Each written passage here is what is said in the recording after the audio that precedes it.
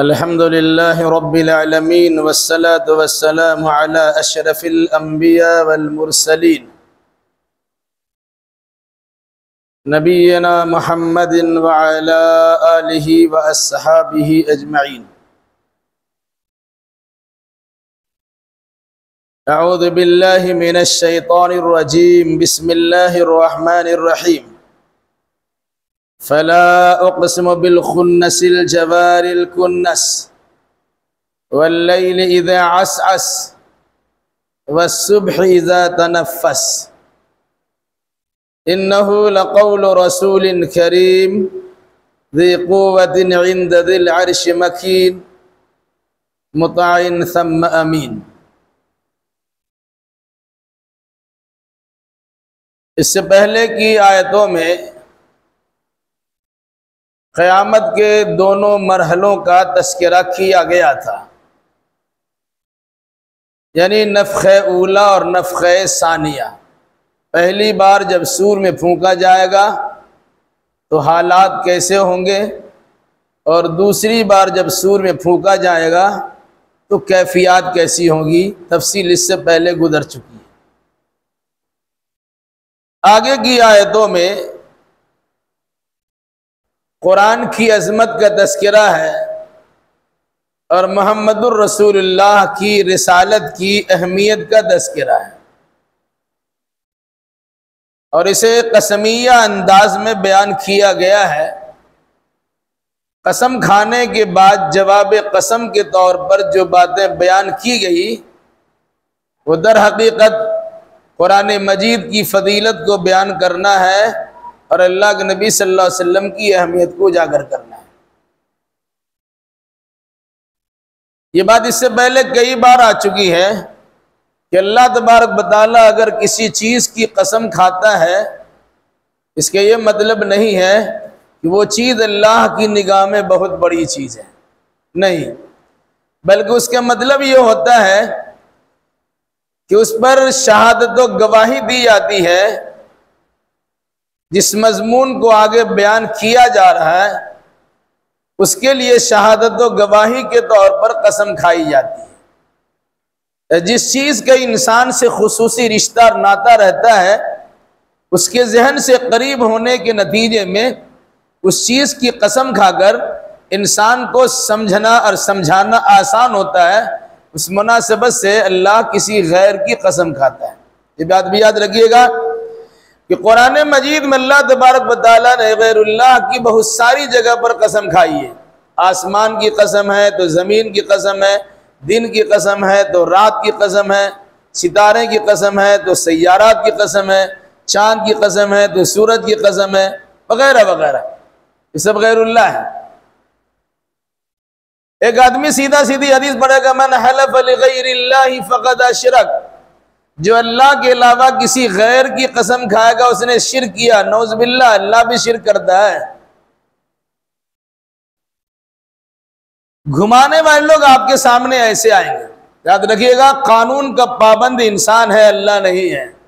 वो कानून साज है, तो फ़आलुल लिमा युरीद है, जो चाहता वही करता है, उसकी मशीयत के सिवा कुछ नहीं होता। इस लिहाज से वो हमारे और अपने कानून में जकड़ा हुआ नहीं है। ये बंदों के लिए कानून है कि कसम खाई जाए तो अल्लाह की खाई जाए, किसी गैर की कसम आप नहीं खा सकते।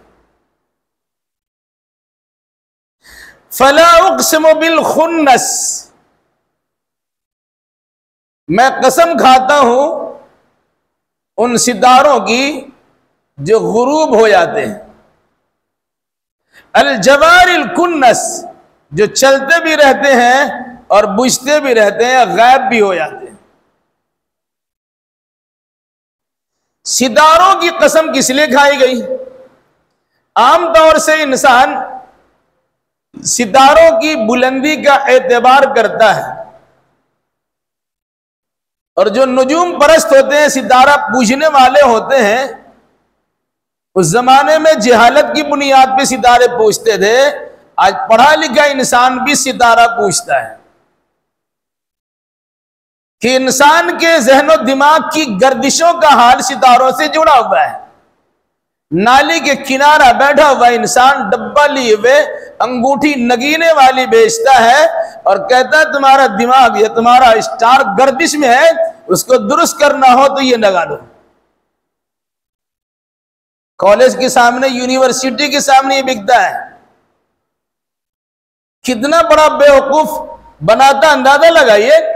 जो इंसान अपने सितारे को दुरुस्त नहीं कर सकता, वो आलीशान इमारतें खुद नहीं बना सकता, बिल्डिंग और बंगलों की तामीर नहीं कर सकता, माल दौलत की बहुतायत और कसरत अपने घर में ला नहीं सकता, वो नाली किनारे बदबू सूंघता है और दूसरों की तकदीर बनाने में लगा हुआ है। लेकिन पढ़ा लिखा इंसान वहां जाके सर झुकाता है और उसी से वो सामान खरीदता है। भाई एक मर्तबा अपनी तकदीर तो बना लो।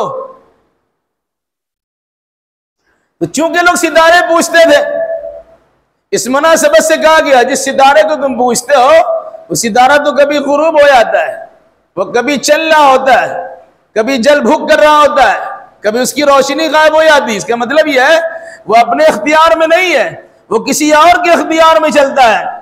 तो जिसके इख्तियार में चलता है, इबादत के लायक वो है, किसी और की इबादत करने की गुंजाइश नहीं है। वल्लैल इज़ा असअस वस्सुब्ह इज़ा तनफ़्फ़स, कसम है रात की जब वो जाने लगे और कसम है सुबह की जब वो आने लगे। रात जाती है तो दिन आता है, रात खत्म दिन शुरू। तो रात के जाने की कसम है और दिन के आने की कसम है। क्या मकसद? रात दिन का सिलसिला जारी होता है, उसमें सूरज और चांद से इंसिलाक, सूरज और चांद से रिश्ता जुड़ा हुआ है। तो जो इंसान सूरज और चांद की पूजा करता है वो इंसान भी जान ले कि सूरज भी अल्लाह के इख्तियार में, चांद भी अल्लाह के इख्तियार में। वो मुस्तकिल सूरज रह जाए और मुस्तकिल चांद रह जाए, न रात आए न दिन आए, ऐसा तो होता नहीं है। वह सूरज और चांद भी अल्लाह तबारक व तआला के कानून कुदरत में जकड़ी हुई चीजें हैं। जो जकड़ जाए वो माबूद कहां से हो सकते हैं। इसलिए तुम सूरज की पूजा मत करो और चांद की पूजा मत करो। इसलिए गर्दिशे लैलो नहार को देखो, रात दिन के आने जाने पर गौर फिक्र करो, तो एक जानिब अल्लाह की खालिकियत का अंदाजा होगा, तो दूसरी जानिब मरने के बाद दोबारा जिंदा होने का यकीन पैदा होगा। कैसे? हर रात इंसान जब सोता है, इस्लामी तरीके के मुताबिक इंसान से कहा जाता है अब बिस्तर पे जाइए तो कहिए अल्लाहुम्मा बिस्मिका अमूतु व अहया, अल्लाह मैं तेरे नाम से मर रहा हूं और तेरे ही नाम से जिंदा हूंगा। वह इंसान रोजाना मरता और जीता है, रात में सोता है मर जाता है, दिन में उठता है जी आता है। तो जो अल्लाह इंसान को रोजाना मारता और जिलाता है, वो अल्लाह अगर ये कहता है कि हमने इंसान को पैदा किया है, इसे मौत से दो चार करेंगे और क़यामत के दिन उसे जिंदा उठा खड़ा करेंगे, इसमें ताज्जुब की क्या बात है। इसलिए वल्लैल इज़ा असअस वस्सुब्ह इज़ा तनफ़्फ़स, कसम है रात की जब वो जाने लगे और कसम है दिन की जब वो आने लगे। बाज़ उलमा ने लिखा कि तारीकी हमेशा नहीं रहती, रोशनी का भी ज़ुहूर होता है। जो कुफ्र की तारीकियां हैं वो हमेशा नहीं रहेगी। इस्लाम की रोशनी आ रही है, कुफ्र की तारीकी को भागना ही भागना है। जाअल हक़ व ज़ाक़ल बातिल इन्नल बातिल कान ज़हूक़ा, हक़ आया और बातिल मिट गया, बातिल को तो मिटना ही था। तो अल्लाह के नबी सल्लल्लाहु अलैहि वसल्लम की आमद से पहले पहले कुफ्र का बोलबाला था। जब रसूल अकरम सल्लल्लाहु अलैहि वसल्लम की रिसालत तो बेसत हुई या आपको मबूस किया गया, तो कुफ्र भी दम तोड़ना शुरू कर दिया। जिस तरह रात की तारीकी छटती है, रात आहिस्ता आहिस्ता गुजर जाती और दिन का उजाला नमूदार हो जाता, इस तरह कुफ्र शिर्क की खिलादतें और उसकी खराबियां, उसकी अंधेरियां या उसकी तारीकियां सब छड़ जाएंगी और इस्लाम की रोशनी गालिब आ जाएगी। फिर उसके बाद जो कहा इन्नहु लक़ौलु रसूलिन करीम, कसम किस बात पे खाई गई? कुरान मजीद को मबनी पर हकीकत किताब करार देने के लिए ये कसम खाई गई। फरमाया इन्नहु बेशक ये मुराद कुरान लक़ौल रसूलिन करीम मुअज़्ज़ज़ फरिश्ते की जबान से निकला हुआ कौल और कलाम है। अल्लाह ने लौहे महफूज में उसे लिखा, ये अल्लाह की असल बोली है कुरान। फिर उसे नकल करवाया, फिर जिब्रील को दिया गया, फिर जिब्रील अल्लाह के नबी सल्लल्लाहु अलैहि वसल्लम के पास आके अपनी जबान से अदा कर रहे हैं। क्यों? अल्लाह के नबी सल्लल्लाहु अलैहि वसल्लम तो पढ़ना जानते नहीं थे, और तो उम्मी महज थे, उन्होंने लिखना पढ़ना सीखा नहीं था। ये पढ़िए सूरह अलग की आयत, जब 5 आयतें दी गई तो कहा इक़रा पढ़िए, कमा अना बिकारी, मुझे पढ़ना ही नहीं आता है। तो देख के तो पढ़ नहीं सकते थे, तो हजरत जिब्रील ने अपनी जबान से अदा किया इक़रा। अल्लाह के नबी ने फरमाया इक़रा इक़रा बिस्मि रब्बिकल्लज़ी खलक़, तो अल्लाह के नबी ने सुन के कहा इक़रा बिस्मि रब्बिकल्लज़ी खलक़। तो अल्लाह के नबी सल्लल्लाहु अलैहि वसल्लम की जबान से भी अदा हुआ और आपसे पहले जिब्रील अलैहिस्सलाम की जबान से भी अदा हुआ। कौल उसी कहते हैं जो इंसान की जबान से निकले, तो जिब्रील ने अदा किया है। इस मुनासिबत से कहा गया कि जिब्रील अमीन का कौल है, रसूल अमीन का कौल है, यह मुअज़्ज़ज़ फरिश्ता का कौल है। रसूल से मुराद यहां पर फरिश्ता है, रसूल भेजा हुआ। इन्नहु लक़ौल रसूलिन करीम, बाइज्जत फरिश्ते की जबान से निकला हुआ ये कलाम है और ये कौल है। कौन? कुरान। अल्लाह ने कुरान को किस तरह महफूज रखा है और उसकी हिफाजत पर कितनी निगहदाश्त रखी है और खास तौर से कितनी तवज्जो मबजूल की और कराई है, उस हकीकत को यहां थोड़ा सा बयान किया गया। अगर कोई इंसान ये कहता है कि आसमान से अगर जिब्रील कुरान मजीद की आयतों को लेकर तशरीफ ला रहे हैं, वो तो अकेला है। इंसान के मुकाबले में जिन्नात की बहुत बड़ी तादाद है, वो इंसान की निगाहों से पोशीदा भी है। हो सकता है शैतान उस पर हमला कर दे, अपने चेले चपाटों के जरिए से जिब्रील पे हमला कर दे, और जिब्रील को जो अल्लाह तबारक व तआला ने कुरान दिया है उसमें किसी किस्म की कमी बेशी कर दे, खुर्द बुर्द कर दे, आमेदिश कर दे, मिलावट कर दे। तो कुरान ने कहा सुनो, ज़ी कुव्वतिन, ये जिब्रील बड़े ताकतवर है। सारे जहान के जिन्नात मिलकर भी या इंसान मिलकर भी, दीगर मखलूक़ात मिलकर भी जिब्रील का मुकाबला नहीं कर सकते हैं, क्योंकि अल्लाह ने उसे साहिब कुव्वत बनाया है।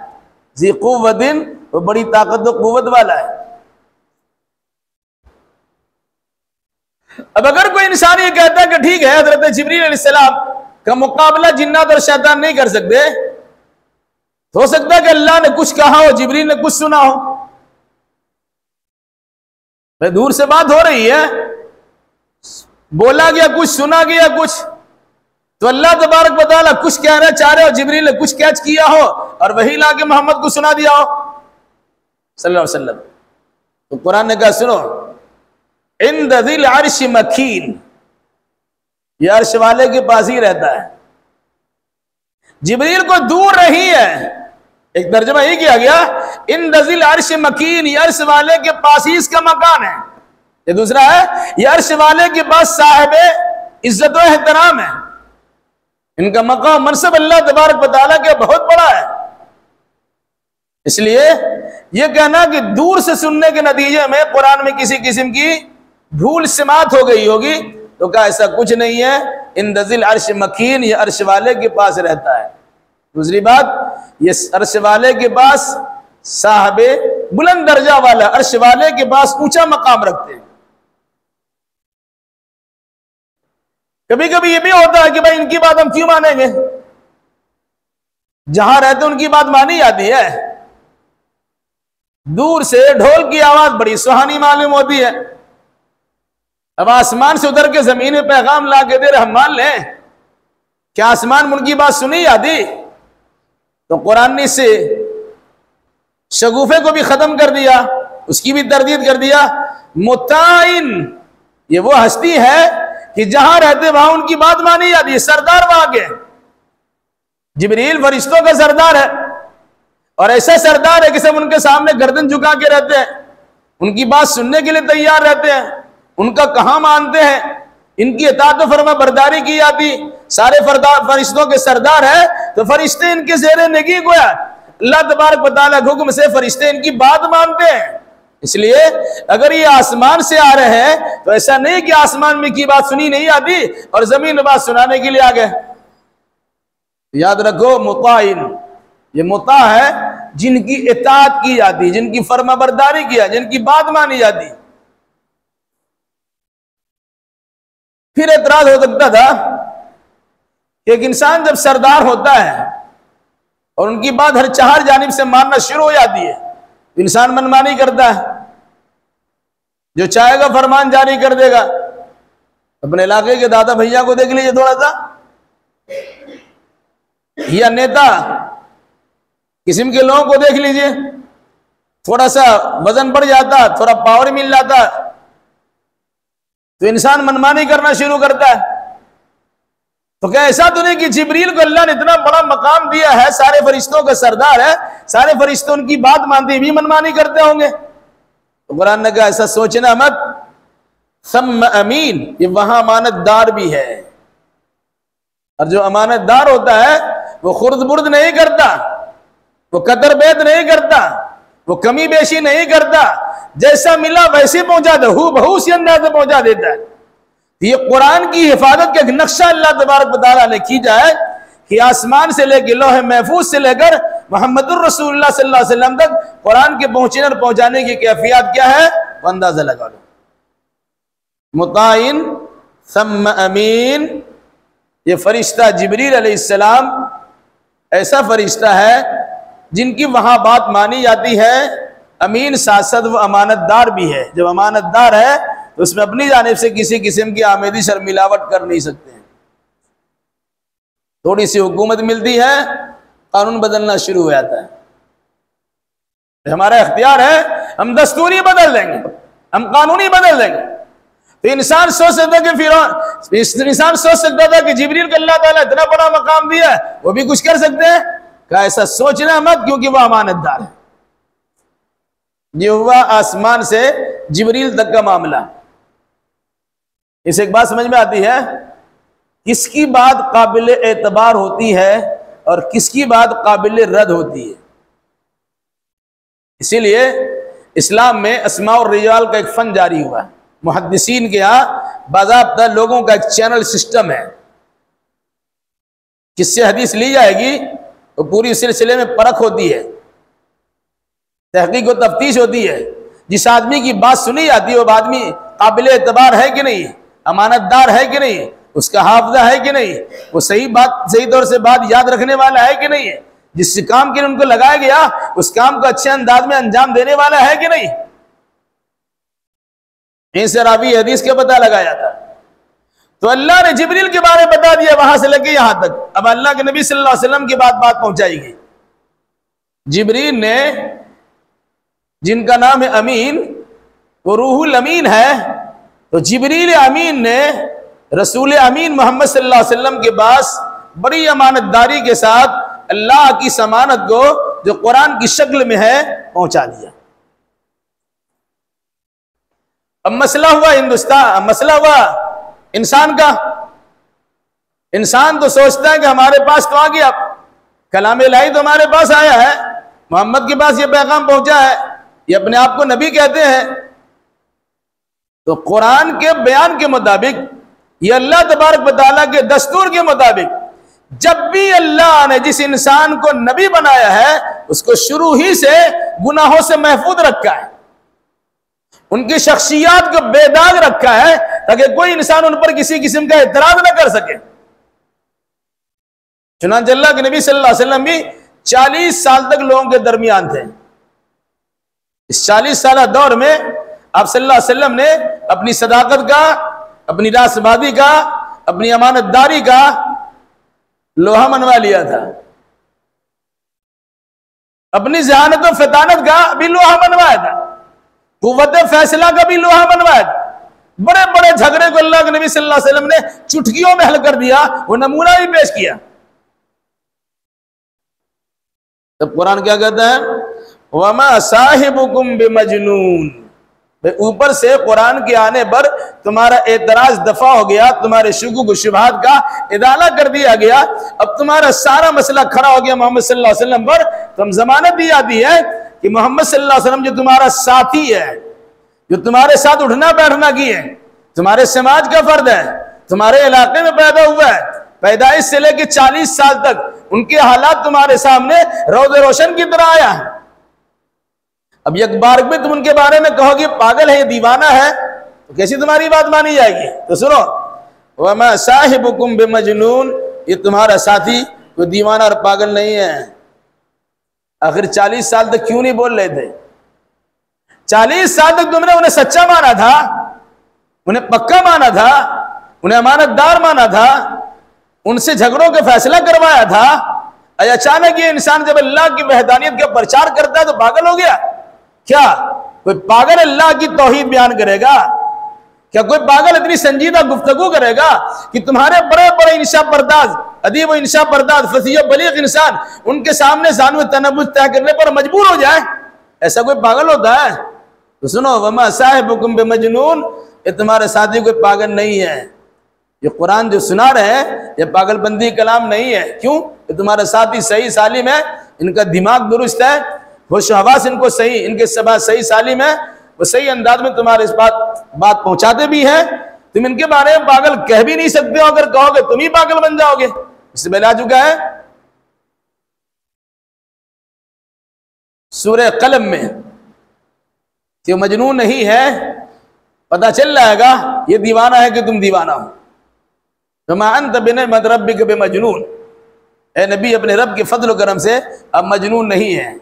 और आगे जा कहा तुम जान लोगे कि तुम में से दीवाना और मजनून कौन है। जाहिर सी बात है पागल तो वो इंसान होता है जिनको सही बात समझ में नहीं आती है। क्या फरमाया? वमा साहिबुकुम बिमजनून, ये तुम्हारा साथी कोई दीवाना मजनून नहीं है। अचानक इनकी जबान से ऐसी बात निकल रही है कि तुम्हारे बड़े बड़े सरदार भी इसके जवाब देने से कासिर है। तुम्हारा पढ़ा लिखा इंसान भी इस अनपढ़ इंसान की बात का जवाब देने के लिए तैयार नहीं हो सकता है। क्या समाज में किसी ऐसे पागल को देखा गया है कि अच्छा इंसान उसकी बात का जवाब ना दे सके? क्या समाज में किसी ऐसे पागल को देखा गया है जो तौहीद का प्रचार करता होगा, अल्लाह की बड़ाई और किबरियाई का ऐलान करता होगा? कैसा पागल है? इसलिए तुम जान लो कि तुम्हारे साथी मोहम्मद सल्लल्लाहु अलैहि वसल्लम कोई पागल नहीं है।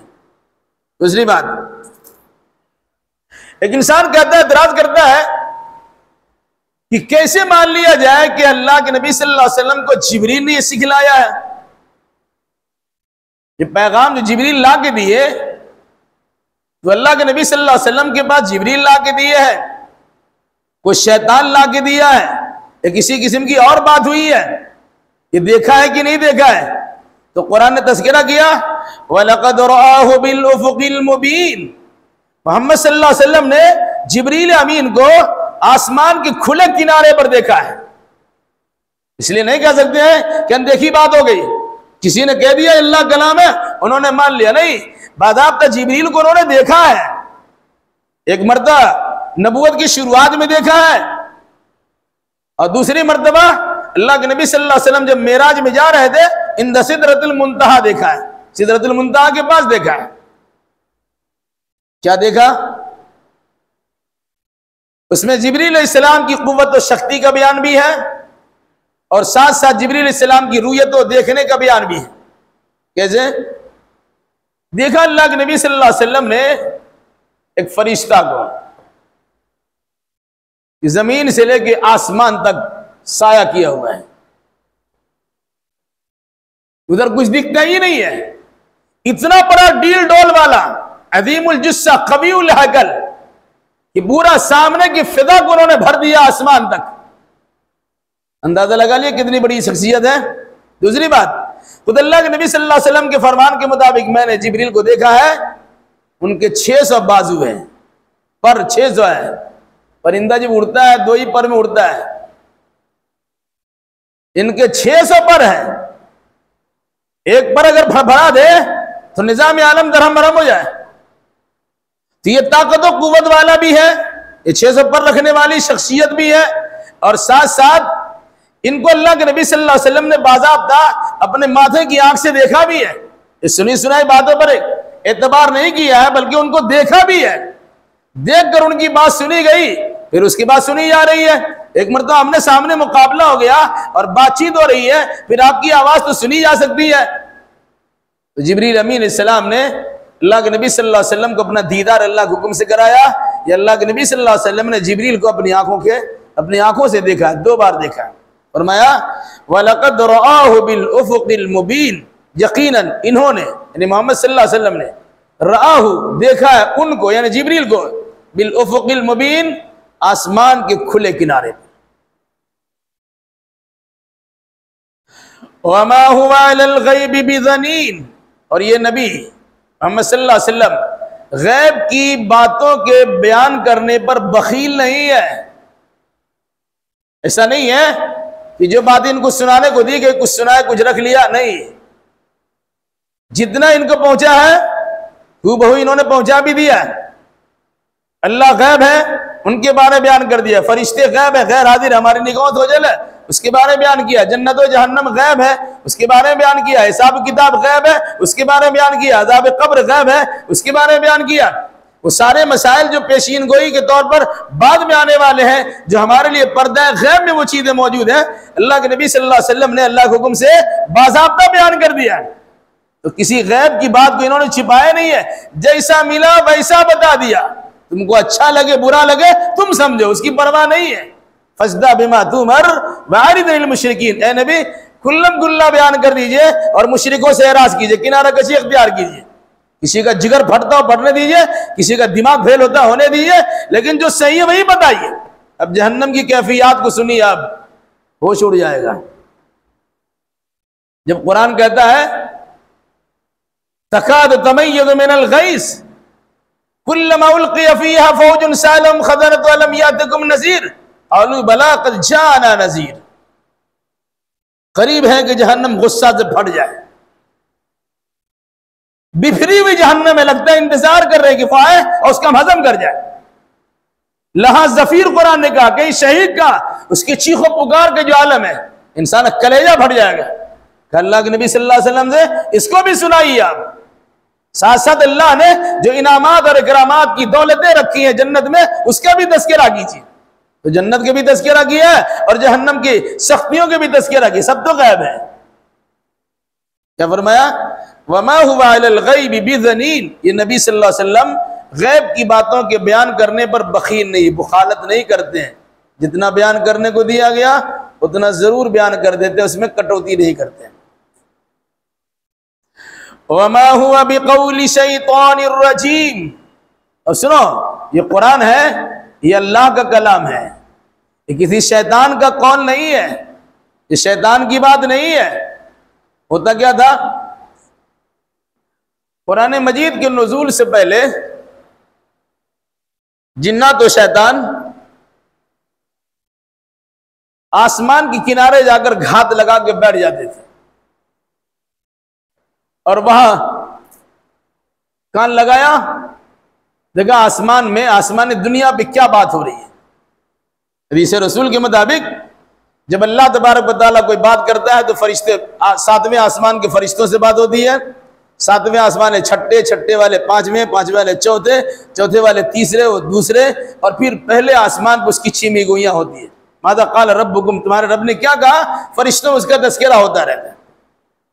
तो कुरान के नुज़ूल से पहले पहले जिन्नात जाके कान लगा सुनते थे, क्या हुआ, 1-2 बार सुना और फिर वहां आया, उसमें 199 झूठ मिलाया, एक में 99 झूठ मिला के 100 बना दिया, और आ गया किसके पास, ज्योतिषों के पास, काहिनों के पास, उनके पास आगे बताया। फिर इन्होंने अपने अंदाज से मिला जुला करके जन्म पत्र तैयार किया, जांचा तैयार किया, तो पूरा तैयार खाता तैयार कर दिया, उसी बुनियाद पे पूरा एक स्ट्रक्चर तैयार करके पेश कर दिया। जो लेके बैठे रहते हैं तोता लिए हुए, आपकी तकदीर को तोता खोलता है पेज और पढ़ के सुना देता है। वो जन्म पत्र जो तैयार किया जाता, जो तैयार किया है वो शैतानी जांचा। तो होता क्या था कि शैतान कान लगा के सुनता था। कुरान क्या कहता है सूरह जिन में, वअन्ना लमसना समा फवजदना मुलियत हरसन शदीदन व शुहबा व अन्ना कुन्ना नखुद मिनहा मक़ाइद लिस्समी फमन यस्तमिल अन यजिद लहू शिहाबर रसदा। पहले तो ऐसा होता था कि हम तो कान लगा के सुन लिया करते थे, लेकिन आज हमने टटोल के देखा है आसमान के सारे किनारों को, तो हर जगह पर पहरेदार हैं फरिश्ते। अल्लाह ने फरिश्तों को पहरेदार के तौर पर रख दिया है। अगर हम में से कुछ दरवाजे घुसना चाहता है या करीब बैठना चाहता है, आसमान की बातें सुनना चाहता है, यजिद लहू शिहाबर रसदा, तो अपने लिए घात पाता है शिहाब साकिब को, या आग का अंगारा होता है या सितारे का शोला होता है जिसके जरिए फरिश्ते मार के इन्हें भगाते हैं। क्या कहा कुरान ने? वमा हुवा बिक़ौली शैतानिर रजीम, ये शैतान मरदूद का कौल नहीं है कि अपनी जानिब से मिला दिया और इस किस्म की बात तुम्हारे सामने आ गई। ये तो अल्लाह तबारक व तआला कौल है, जिब्रील के जरिए अदा हुआ है। जिब्रील ने मोहम्मदुर रसूलुल्लाह को दिया है और मोहम्मदुर रसूलुल्लाह ने बड़ी हिफाजत के साथ हूबहू उसी अंदाज से तुम तक पहुंचा दिया है। इसलिए इसमें जर्रा बराबर भी शक व शुबा की गुंजाइश न समझना, इसमें किसी भी एतबार से आमदिश हुई है या किसी भी एतबार से कमी रह गई है। क्योंकि बखील नहीं है इसलिए पूरा बयान किया है, अमानतदार है इसलिए उसमें किसी किस्म की मिलावट नहीं किया और कटौती भी नहीं की। इस हकीकत को बयान करने के बाद अब कुरान अहले मक्का से कहता है और इसके जरिए से पूरी क़यामत तक के लोगों से कहता है, फ़अयन तज़हबून, तुम कहां चले आ रहे हो? इतना जबरदस्त कुरान तुमको दिया गया, इससे मुंह मोड़ के कहां जा रहे हो? तुम्हारी तकदीर को संवारने वाली किताब तुम्हारे पास लाई गई, इसको छोड़ के किधर तुम रुख किए हुए हो? आसमान और जमीन के निजाम को बताने वाला और अल्लाह की इबादतों को सिखाने वाला और दीन और दुनिया या दुनिया और आखिरत की कामयाबियों का सबक पढ़ाने वाला ये कुरान तुम्हारे पास मौजूद है, इसे छोड़ के तुम कहां जा रहे हो? फ़अयन तज़हबून, कहां भागे चले जा रहे हो? मतलब क्या है? रुको, अब सुनो कुरान, इसके मुताबिक अकीदा रखो, इसके मुताबिक अमल करने की कोशिश करो, तुम्हारी सारी खराबियां दूर हो जाएगी, तुम्हारी तकदीर संवर जाएगी। क्यों? इन हुवा इल्ला ज़िक्रुल लिल आलमीन, इससे पहले जितनी किताबें आ चुकी है वो खानदान के लिए है, इलाके के लिए है, कुछ खास वक्त तक के लिए थी, लेकिन कुरान का मामला क्या है? इन हुवा इल्ला ज़िक्रुल लिल आलमीन, ये दुनिया के सारी मखलूक के लिए नसीहत का सामान है। आलमीन के लिए, इंसान का आलम अलग है, जिन्नात का आलम अलग है, फरिश्तों का आलम अलग है, जानवरों का आलम अलग है, फिर जानवरों में जितने मुख्तलिफ किस्म की जानवर हैं उन जानवरों के अलग अलग आलम है। आमतौर से लोग कहते हैं अल्हम्दुलिल्लाह रब्बिल आलमीन, अल्लाह के लिए तारीफ जो दोनों जहान का रब है। तर्जुमा करते हैं ना दोनों जहान, इसके माने दो जहां क्या भाई? आलमैन तो नहीं है कि दो जहां कहिएगा, आलमीन है सारे जहां। तो सारे जहां का रब है जिस तरह अल्लाह, उस तरह सारे जहां के लिए अल्लाह के नबी सल्लल्लाहु अलैहि वसल्लम क्या है? रहमतुल लिल आलमीन है। और इसी तरह कुरान मजीद को कहीं अल्लाह ने कहा हुदल लिल आलमीन है, कहीं ज़िक्रुल लिल आलमीन है। ये कुरान सारे जहान के लिए हिदायत है और सारे जहान के लिए नसीहत का सामान है। इसलिए अहले मक्का, तुम इसे महदूद करने की कोशिश न करना। तुम समझते हो कि हमारे मक्का में नाजिल हुआ तो मक्का के लोगों के लिए खास है, नहीं, सारे जहान के लिए। इसी तरीके से ये बात मुसलमानों को भी तंबी इससे हो रही है कि मुसलमान अपनी मजहबी किताब इस कुरान को ना समझे, बल्कि ये अल्लाह की किताब है, दुनिया में सारी मखलूक के फायदे के लिए नाजिल हुई है। ज़िक्रुल लिल आलमीन कहा, इन हुवा इल्ला ज़िक्रुल लिल आलमीन, नहीं ये मगर आलमीन के लिए, दुनिया वालों के लिए नसीहत का सामान है, याद दहानी है, भूला व सबक याद कराने वाली किताब है। मगर किसके लिए है? लिमन शाअ मिनकुम अन यस्तकीम, बतौर खास हर उस इंसान के लिए जो तुम में से इस्तिकामत का रास्ता बनाना चाहता है, सीधा रास्ते पर चलना चाहता है। अब अगर आपके पास कुरान मौजूद है, सीधा रास्ते पे चलने के लिए तैयार नहीं है, तो कुरान तो आपके अलमारी में मौजूद है, आपके घर में मौजूद है, आपके दिमाग में मौजूद है, आपके सीने में मौजूद है, आपके बच्चे के जहन और दिमाग में मौजूद है, पूरा इलाका मौजूद है। लेकिन कुरान तो आपको फायदा नहीं देता। क्यों फायदा नहीं देता? हम उससे फायदा लेते ही नहीं। जैसे रोजाना सूरज निकलता है, सूरज की रोशनी से अगर फायदा हमको नहीं होता, इसमें हमारा कसूर है। जैसे शहरों में इंसान देर गए रात सोता है, रात में देरी से सोता है, और जब सो कर सुबह उठता है तो 5-6 घंटा सूरज अपनी रोशनी बिखेर चुका होता है। सूरज की रोशनी से बेशुमार जरासीम खत्म होते हैं। अगर आपने अपने घर का दरवाजा खोल के रखा, दरीचे खिड़कियां खोल के रखा, रोशनदान खोल के रखा, तो आप देखेंगे कि सूरज की शुआओं के पड़ने के नतीजे में उससे कुछ जर्रात निकल रहे होते हैं, वो जरासीम को खींच के बाहर करते हैं। अगर हमने सब कुछ बंद कर दिया है, इसमें हमारा कसूर है कि सूरज का कसूर है? जैसे हमारा कसूर है, उससे कहीं ज्यादा रोशनी के साथ कुरान हमारे दिल में मौजूद है, हमारे दिमाग में मौजूद है, या हमारे घर में मौजूद है, हमारी मसाजिदों मदारिस में मौजूद है, लेकिन उसके बावजूद अगर हमें फायदा नहीं होता, इसका मतलब ये हुआ कि कुरान का कसूर नहीं है, हमारा लेने का कसूर है। हम ले नहीं पाते हैं, इसलिए हमारा नुकसान होता है, वरना कुरान तो अपनी रोशनी के साथ हमारे पास मौजूद है।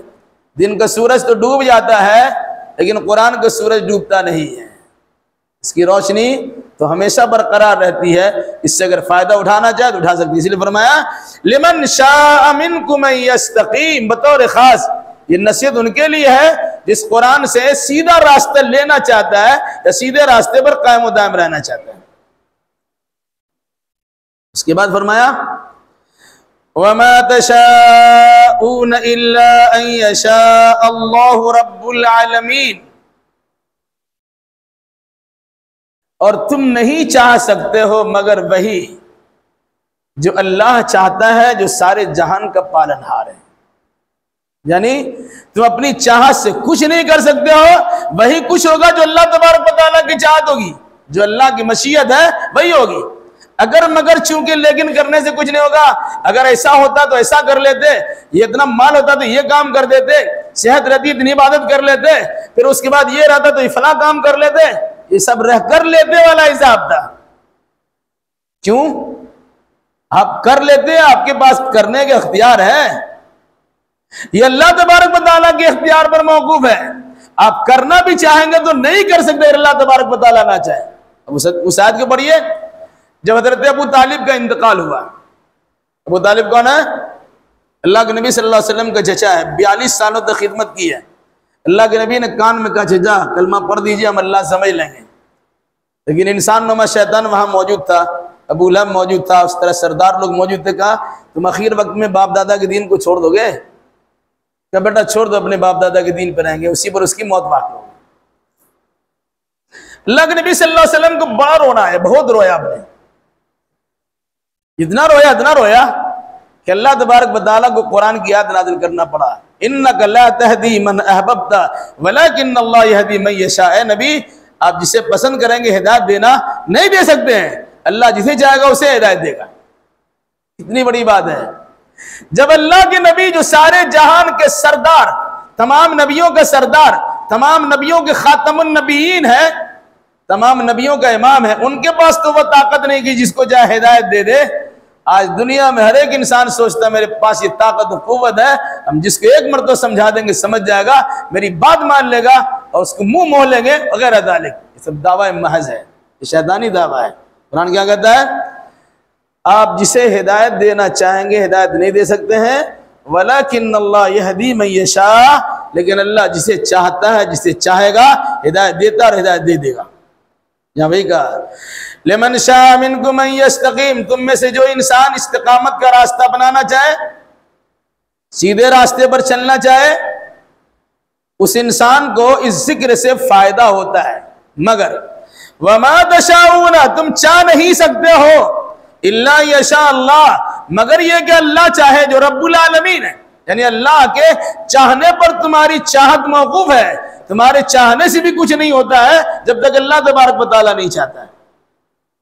कुरान ये भी कहा आप जो चाहते हैं अल्लाह आपकी चाहत के मुताबिक अमल भी करता है। जैसे कहा नुवल्लीहि मा तवल्ला वनुस्लीहि जहन्नम वस्साअत मसीरा। पहले कहा वमन युशाक़िक़िर रसूल मिन बादि मा तबय्यना लहुल हुदा वयत्तबि गैर सबीलिल मुमिनीन नुवल्लीहि मा तवल्ला वनुस्लीहि जहन्नम वस्साअत मसीरा। मुद्दा क्या है? अल्लाह ने इंसान के सामने दो रास्ते रख दिए, जन्नत के रास्ते, जहन्नम के रास्ते, ईमान के रास्ते, कुफ्र के रास्ते, दो रास्ते रख दिया। क्या? फमन शाह फलियुमिन फमन शाह फलियकफुर, जो चाहे ईमान लाए, जो चाहे काफिर हो जाए। एक चौराहे पे आप खड़ा है, रास्ता दाएं भी है बाएं भी है, वो आपका इख्तियार है, दाएं जाए कि बाएं जाइएगा। तो कुरान वही कहता है नुवल्लीहि मा तवल्ला, इंसान को हमने इख्तियार दिया। इख्तियार देने के बाद देखते हैं कि इंसान किस तरफ चाहत करता है, जिधर चाहत करता है हम उधर ही देते हैं। अगर जहन्नम का रास्ता लेना चाहता है धकेल देते जहन्नम में, अगर जन्नत का रास्ता चलना चाहता है तो हम जन्नत का रास्ता ही आसान कर देंगे। फसनुयस्सिरुहु लिल-युस्रा, हम उसे आसानी का रास्ता पैदा कर देते हैं। किसी के लिए जन्नत का रास्ता आसान होता है, किसी के लिए जहन्नम का रास्ता आसान। क्यों? क्योंकि इंसान अपनी चाहत के साथ उसकी तरफ लगा हुआ है और साथ साथ अल्लाह तबारक व तआला से दुआ भी मांग रहा है, इहदिनस सिरातल मुस्तकीम, इलाही सीधे रास्ते पर चला। सीधे रास्ते पर चलने की दुआ भी करता है, सीधे रास्ते पर चलने की चाहत भी रखता है, सीधे रास्ते पर चलने के लिए तैयार भी है, तो अल्लाह सीधा रास्ता दिखा देता है। अगर कोई इंसान गुमराही के रास्ते पर चलने के लिए तैयार है, अल्लाह उसे ढकेल देता है। अब देखिएगा, हराम खोरों को हराम कमाई मिलती है, हलाल खोरों को हलाल कमाई मिलती है। चोर चोरी करके खाता है, ईमानदार ईमानदारी से खाता है। खिलाता तो अल्लाह सबको है। तो अल्लाह ने इंसान को छोड़ दिया कि अपनी चाहत से जो काम करना हो करो, लेकिन इतना याद रखो, जिधर तुम्हारी चाहत ज्यादा होगी हम उधर ही ढकेल देंगे। जहन्नम की चाहत ज्यादा होगी उधर ढकेल देंगे। फरमाया वमा तशाऊन इल्ला अन यशा अल्लाह, तुम चाह ही नहीं सकते हो मगर वही जो अल्लाह तबारक व तआला चाहे। या तुम्हारे चाहने से कुछ नहीं होता है, वही होता है जो अल्लाह तबारक व तआला चाहता है। जो अल्लाह रब्बुल आलमीन सारे जहान का पालनहार है, परवरिश करने वाला, तरबियत और निगहदाश्त निगहबानी करने वाला है। इसलिए हमें अपनी इबादत पर फूले नहीं समाना चाहिए। अगर अल्लाह ने हमें हिदायत बख्शी है उस पर इतराना भी नहीं चाहिए। अल्लाह ने बेशुमार दौलतों से नवाजा है, उस पर फ़ख्र नहीं करना चाहिए। ईमान की दौलत पे फ़ख्र नहीं कहते हैं, फ़ख्र से कहो मुसलमान है और 100 के 100 बेईमान है। ये ना होता है, सबको फ़ख्र से कहो मुसलमान। फ़ख्र से मुसलमान कहने का नहीं है, शुक्र से कहो कि मुसलमान है।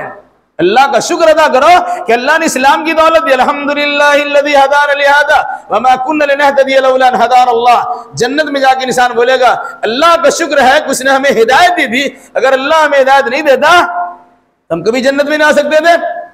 तो अल्लाह की जानिब से दौलत ईमान अगर मिली है तो हमें अल्लाह का शुक्र अदा करना चाहिए, फ़ख्र नहीं करना चाहिए।